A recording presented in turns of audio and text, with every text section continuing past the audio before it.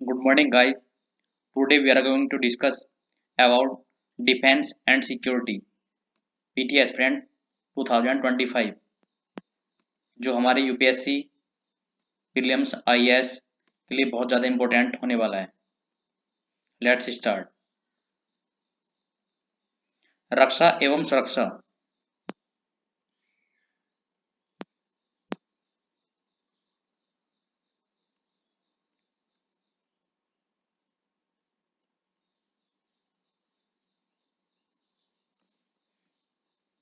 आंतरिक सुरक्षा, उग्रवाद, वामपंथी उग्रवाद, साइबर सुरक्षा।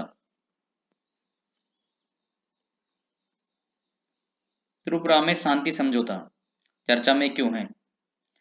हाल ही में केंद्र सरकार, त्रिपुरा की राज्य सरकार और दो प्रमुख उग्रवादी समूह अर्थात national liberation front of Tripura व ऑल त्रिपुरा टाइगर फोर्स ने राज्यों में हिंसा को समाप्त करने के लिए एक शांति समझौते पर हस्ताक्षर किए हैं।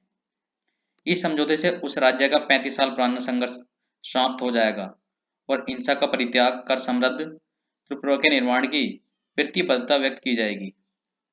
शांति समझौते की मुख्य विशेषताएं क्या हैं? सशस्त्र कैडरों का पुनर्जीकरण, एनएलएफटी और एटीटीएफ के 328 से अधिक सशस्त्र कैडर आत्मसमर्पण करेंगे और समाज में पुनः एकीकृत होंगे। वित्तीय पैकेज, त्रिपुरा की जनजातीय आबादी के विकास के लिए 250 करोड़ रुपए के एक विशेष वित्तीय पैकेज की स्वीकृति दी गई है। व्यापक पहल एक बड़े प्रयास का हिस्सा है जिसके तहत वर्ष 2014 से 2024 के दौरान पूर्वोत्तर में 12 महत्वपूर्ण समझौतों पर हस्ताक्षर किए गए हैं, जिनमें से 3 समझौते त्रिपुरा से संबंधित हैं। एनएलटीएफ और ATTF national liberation front of Tripura. NLFT का गठन वर्ष 1989 में हुआ था।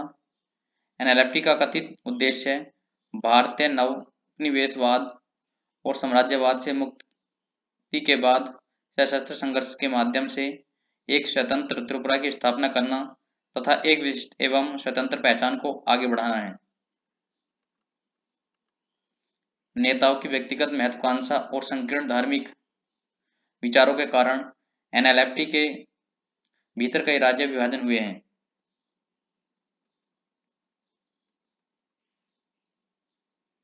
इसे अप्रैल 1997 में गैरकानूनी गतिविधियां और रोकथाम अधिनियम 1967 के तहत गैरकानूनी घोषित कर दिया गया और आतंकवाद निरोधक अधिनियम यानी कि prevention of terrorism act POTA 2002 के तहत भी प्रतिबंधित किया गया है।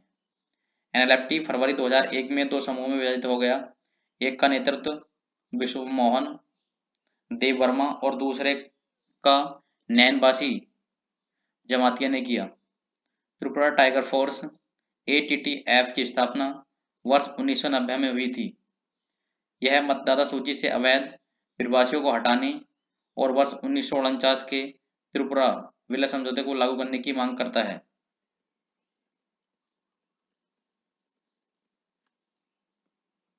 यह उत्तर और दक्षिण त्रिपुरा जिलों में सक्रिय था तथा वर्ष 1991 तक एक दुर्जय आतंकवादी समूह के रूप में उभरा।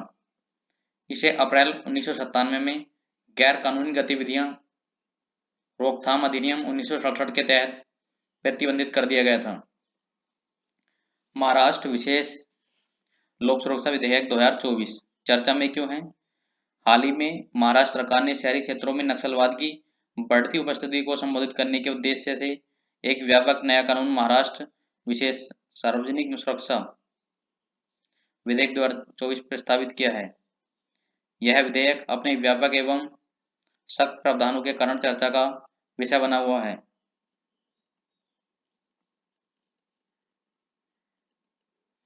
महाराष्ट्र विशेष लोक सुरक्षा विधेयक 2024 के प्रावधान क्या हैं? पृष्ठभूमि सरकार का कहना है कि नक्सलवाद जो परंपरागत रूप से दूरदराज के क्षेत्रों तक ही सीमित रहा है, अब उन अग्रणी संगठनों के माध्यम से शहरी क्षेत्रों में घुसपैठ कर रहा है जो सशस्त्र नक्सली कैडरों के लिए रसद, लॉजिस्टिक और सुरक्षित आश्रय प्रदान करते हैं। विधि विरुद्ध क्रियाकलाप निवारण अधिनियम यूएपीए और महाराष्ट्र संगठित अपराध नियंत्रण अधिनियम एमसीओसीए मकोका सहित मौजूदा कानून इस उभरते खतरे से निपटने के लिए अपर्याप्त प्रतीत होते हैं। एमएसपीएस विधेयक छत्तीसगढ़, तेलंगाना, आंध्र प्रदेश और ओडिशा जैसे राज्यों के समान कानूनों के आधार पर तैयार किया गया है, जिन्होंने नक्सली गतिविधियों पर अंकुश लगाने के लिए लोक सुरक्षा अधिनियम लागू किए हैं। विधेयक के प्रमुख प्रावधान। सरकार किसी भी संगठन को उसकी गतिविधियों के आधार पर विधि विरुद्ध घोषित कर सकती है। विधेयक में विधि विरुद्ध संगठनों से संबंधित 4 मुख्य अपराधों की रूपरेखा दी गई है: सदस्य बनाना, धन जुटाना, प्रबंधन करना और विधि विरुद्ध गतिविधियों में सहायता करना। दंड के रूप में 2 से 7 वर्ष के लिए कारावास तथा 2 से 5 लाख रुपए के बीच जुर्माने का प्रावधान किया गया है। विधेयक के अंतर्गत अपराध संज्ञेय जिनमें बिना वारंट के गिरफ्तारी की अनुमति होती है तथा गैर जमानती या नॉन बिलिएबल होते हैं। विधेयक जिला मजिस्ट्रेट या पुलिस आयुक्तों को आवश्यक अनुमोदन प्रदान करने की अनुमति देकर उच्च प्राधिकारियों से अनुमोदन की आवश्यकता को नजरअंदाज करते हुए त्वरित अभियोजन को सक्षम बनाता है। यूएपीए की से तुलना। जहां यूएपीए विधि विरुद्ध क्रियाकलापों को विलक्षित करता है, वहीं एमएसपीएस विधेयक विधि विरुद्ध क्रियाकलापों की परिभाषा का विस्तार करता है ताकि उन कृत्यों को शामिल किया जा सके जो लोक स्वास्थ्य एवं कानून के प्रशासनों में हस्तक्षेप करते हैं तथा जनता के बीच भय पैदा करते हैं। यूएपीए की परिभाषाओं को वर्षों से न्यायिक व्याख्या द्वारा परिष्कृत किया गया है, जबकि एमएसपीएस विधेयक की परिभाषाएं स्पष्ट रूप से व्यापक हैं। इसके अलावा एमएसपीएस विधेयक अभियोजन प्रक्रिया को सरल बनाता है, जिसके बारे में सरकार का तर्क है कि इससे देरी कम होगी और प्रवर्तन में सुधार होगा। विधि विरुद्ध क्रियाकलाप निवारण अधिनियम। विधि विरुद्ध क्रियाकलाप निवारण अधिनियम 1967 को व्यक्ति और संगठनों के कुछ विधि विरुद्ध क्रियाकलापों के अधिक प्रभावी रोकथाम, आतंकवादी गतिविधियों तथा उनसे संबंधित मामलों से निपटने के लिए अधिनियमित किया गया था।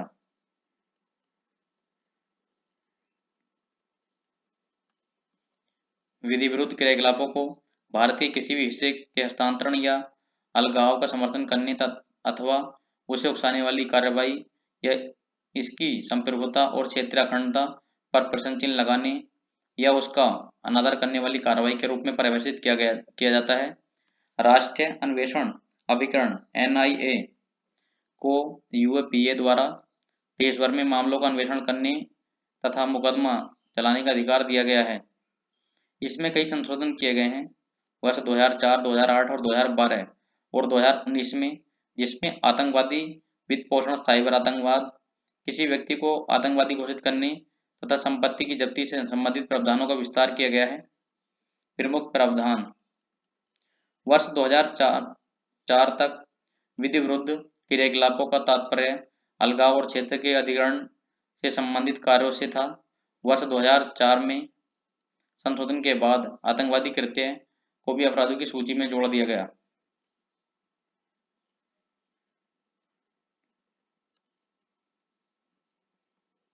वर्ष 2019 का संशोधन सरकारों को व्यक्तियों को आतंकवादी घोषित करने का अधिकार देता है। ये बहुत इंपॉर्टेंट है कि वर्ष 2019 का संशोधन सरकार को व्यक्तियों को आतंकवादी घोषित करने का अधिकार देता है। यह अधिनियम केंद्र सरकार को किसी भी क्रियाकलाप को विधि विरुद्ध घोषित करने का पूर्ण अधिकार प्रदान करता है। यदि सरकार किसी गतिविधियां क्रियाकलापों को विधि विरुद्ध या गैरकानूनी मानती है तो वह आधिकारिक राजपत्र यानी ऑफिशियल गजट में एक नोटिस प्रकाशित करके इसे आधिकारिक तौर पर विधि विरुद्ध घोषित कर सकती है। यूएपीए के तहत अन्वेषण अभिकरण गिरफ्तारी के बाद अधिकतम 180 दिनों में आरोप पत्र दायर कर सकता है तथा न्यायालय को सूचित करने के बाद इस अवधि को आगे बढ़ाया जा सकता है। भारतीय और विदेशी दोनों नागरिकों का आरोप लगाया जा सकता है और यह आपराधिक पर एक ही तरह से लागू होगा, भले ही अपराध सबसे भारत से बाहर किसी विदेशी भूमि पर किया गया हो।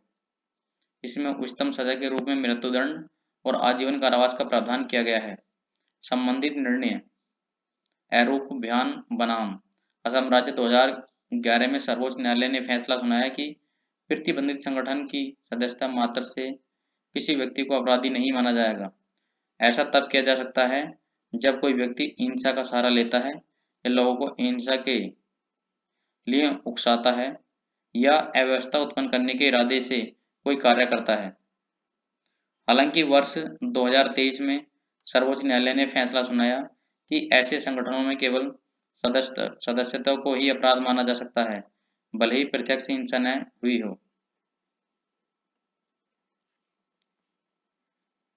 People's Union for Civil Liberties बनाम भारत संघ 2004 में न्यायालय ने फैसला सुनाया कि यदि आतंकवाद का मुकाबला करने में मानवाधिकार का उल्लंघन किया जाता है तो यह आत्मपराज्य होगी।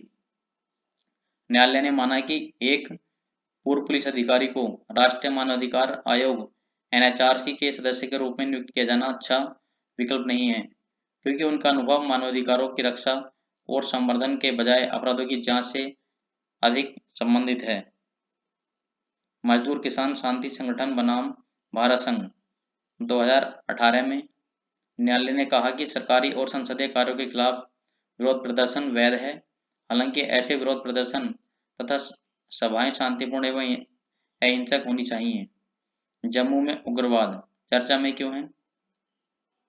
जम्मू कश्मीर के जम्मू क्षेत्र में वर्ष 2021 के माध्यम से आतंकवादी हमलों में उल्लेखनीय वृद्धि देखी गई है, जिसमें कठुआ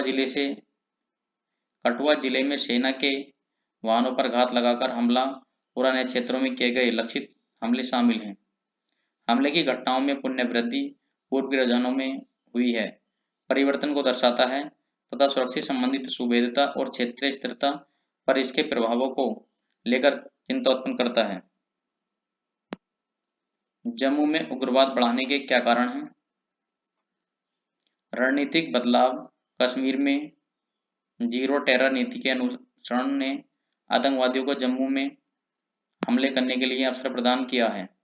वर्ष 2020 में जम्मू में कम उग्रवाद की घटनाओं में कथित कमी के कारण सेना की आवाजाही लद्दाख गलवान दुर्घटना के बाद LAC के साथ में हो गई है, जिससे संभावित रूप से आतंकवादियों में को स्थानांतरित होने का अवसर प्रदान हुआ।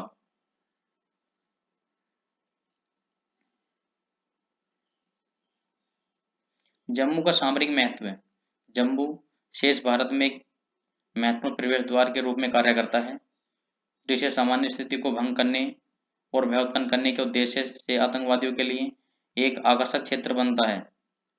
पूर्ण रणनीतिक तत्व जम्मू की नियंत्रण रेखा LOC से निकटता आतंकवादियों को पाक अधिकृत कश्मीर से आसानी से प्रवेश प्रदान करती है, जिससे घुसपैठ और रसद सहायता में सुविधा होती है। हाल की घटनाएं राजौरी, पुंछ और रियासी जैसी जिलों में पहाड़ी एवं वनाच्छादित क्षेत्रों में पूर्ववर्ती स्थापित करने के लिए किए गए प्रयासों का संकेत देती है। आर्थिक असमानताएं जम्मू के दूरदराज और सीमावर्ती क्षेत्रों में आर्थिक अवसर और विकास की कमी आतंकवादी समूह द्वारा स्थानीय युवाओं को अपने संगठन में शामिल करने के लिए अवसर प्रदान करती है। राजनीतिक अलगाव कुछ समुदायों के बीच राजनीतिक अलगाव की भावना, जो ऐतिहासिक असमानताओं और प्रशासनिक चुनौतियों से और बढ़ जाती है, आतंकवादी विचारधाराओं के लिए सहानुभूति का यह समर्थन को बढ़ावा दे सकती है। ह्यूमन इंटेलिजेंस का अभाव दशकों पहले आसूचना देने वाले स्थानीय लोग अब अपने 60 या 70 की आयु में हैं और सुरक्षा बलों ने युवा पीढ़ी के साथ संबंधों का बढ़ावा नहीं दिया है, जो ह्यूमन इंटेलिजेंस को जारी रखने में आई कमी को उजागर करता है। जम्मू एवं कश्मीर में आतंकवाद से निपटने हेतु सरकार द्वारा उठाए गए कदम। पहल, विशेष दर्जे का निरसन। भारत के साथ घनिष्ठ एकीकरण के लिए जम्मू कश्मीर की विशेष स्थिति और विशेष अधिकारों को हटा दिया गया। शिमला समझौता 1972। भारत पाकिस्तान ने मतभेद को शांतिपूर्ण तरीके से हल करने की प्रतिबद्धता जताई। विश्वास निर्माण उपाय, बस सेवाओं और व्यापार मार्गों जैसे कि संबंधों को बेहतर बनाने के प्रयास। वर्ष 2015 की उफा घोषणा, भारत और पाकिस्तान के बीच बातचीत की पहल। परवाज योजना, जम्मू कश्मीर से खराब होने वाली वस्तुओं के हवाई माल परिवहन के लिए सब्सिडी। हिमायत, जम्मू कश्मीर में बेरोजगार युवाओं के लिए प्रशिक्षण और प्लेसमेंट कार्यक्रम। उड़ान, जम्मू कश्मीर में युवाओं के कौशल विकास और प्रशिक्षण के लिए उद्योग पहल। नई मंजिल, स्कूल छोड़ने वाले या मदरसा शिक्षित युवाओं के लिए मुख्यधारा की शिक्षा और रोजगार के लिए कार्यक्रम। उस्ताद योजना, पारंपरिक कला और शिल्प में अल्पसंख्यक समुदायों के कौशल और प्रशिक्षण को उन्नत करना। पंचायत स्तरीय युवा क्लब, आतंकवाद को कम करने के लिए युवाओं को विकास और मनोरंजन में शामिल करना। भारत की साइबर सुरक्षा के लिए चुनौतियां चर्चा में क्यों है।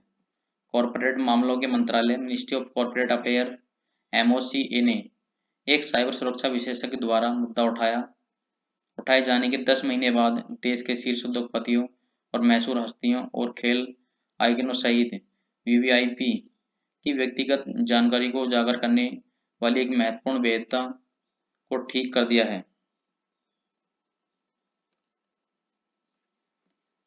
साइबर सुरक्षा दोष की शुरुआत में एक साइबर सुरक्षा विशेषज्ञ द्वारा पहचान की गई थी, जिसने computer emergency response team India को इस मुद्दे की सूचना दी थी।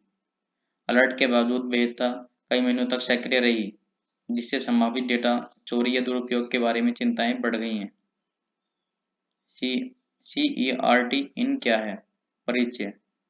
CERT इन एक नोडल एजेंसी है जिसका कार्य हैकिंग और फिशिंग जैसे साइबर सुरक्षा खतरों से निपटाना है।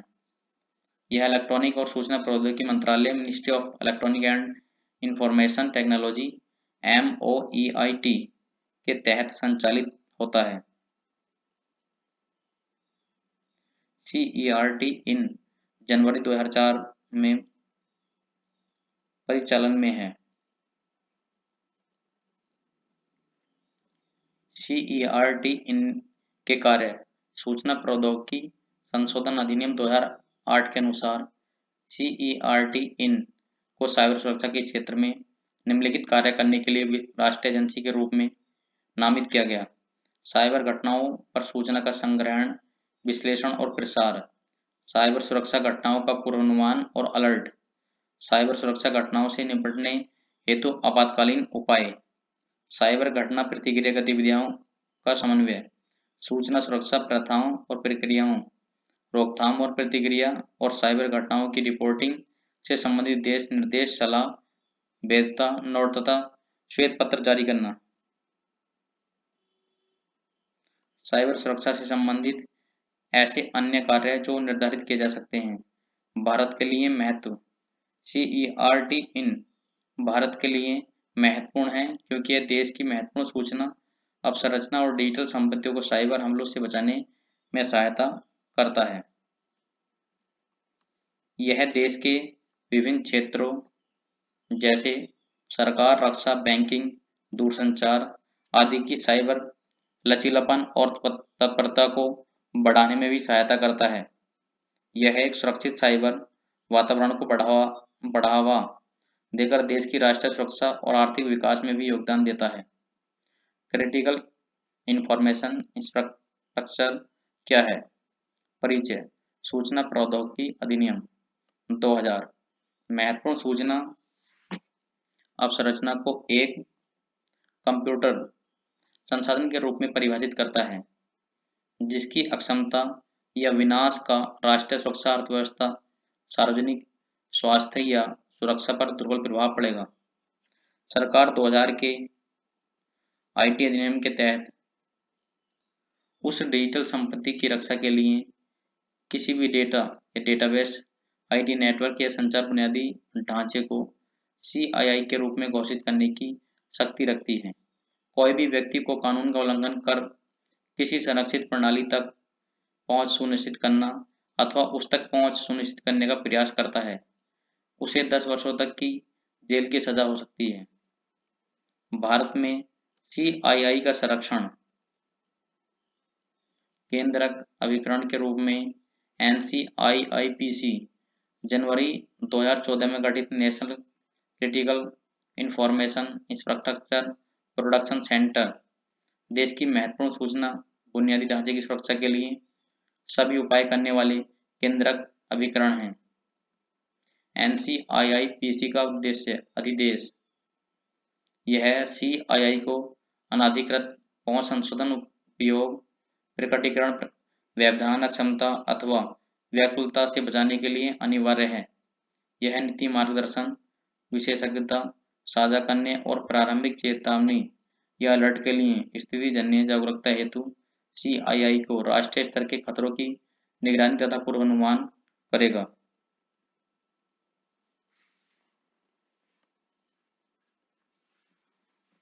महत्वपूर्ण सूचना अवसंरचना के लिए किसी भी खतरे की स्थिति में एनसीआईआईपीसी सूचना मांग सकता है और महत्वपूर्ण क्षेत्रों या महत्वपूर्ण सूचना अवसंरचना पर महत्वपूर्ण प्रभाव डालने वाले या सेवा देने वाले व्यक्तियों को निर्देश दे सकता है।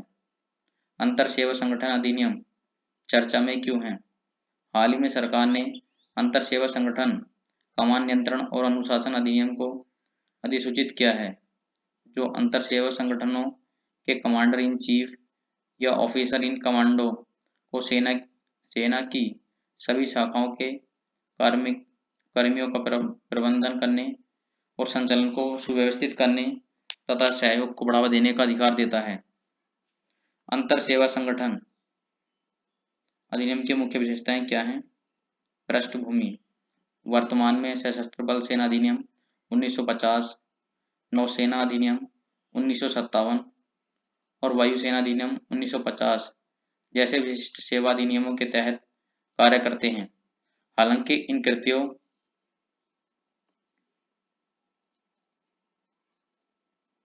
की विविधता प्रकृति कभी कभी अंतर सेवा प्रतिष्ठानों में समान अनुशासन समन्वय और त्वरित कार्रवाई बनाए रखने में चुनौतियां उत्पन्न करती है। आईएसओ अधिनियम मौजूदा सेवा अधिनियमों नियमों या विनियमों में किसी भी बदलाव का प्रस्ताव नहीं करता है। अधिनियम की विशेषताएं आईएसओ नेतृत्व को सशक्त बनाना।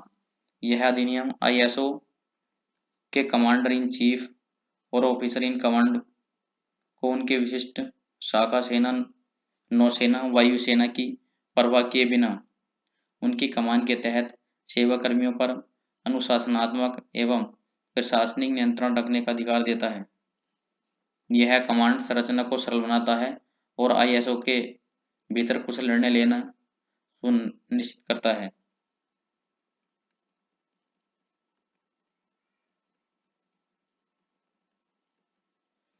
आईएसओ का गठन और वर्गीकरण अंडमान और निकोबार कमान रक्षा अंतरिक्ष एजेंसी और राष्ट्रीय सुरक्षा अकादमी जैसे मौजूद आईएसओ को अधिनियम के तहत औपचारिक रूप से मान्यता दी जाएगी।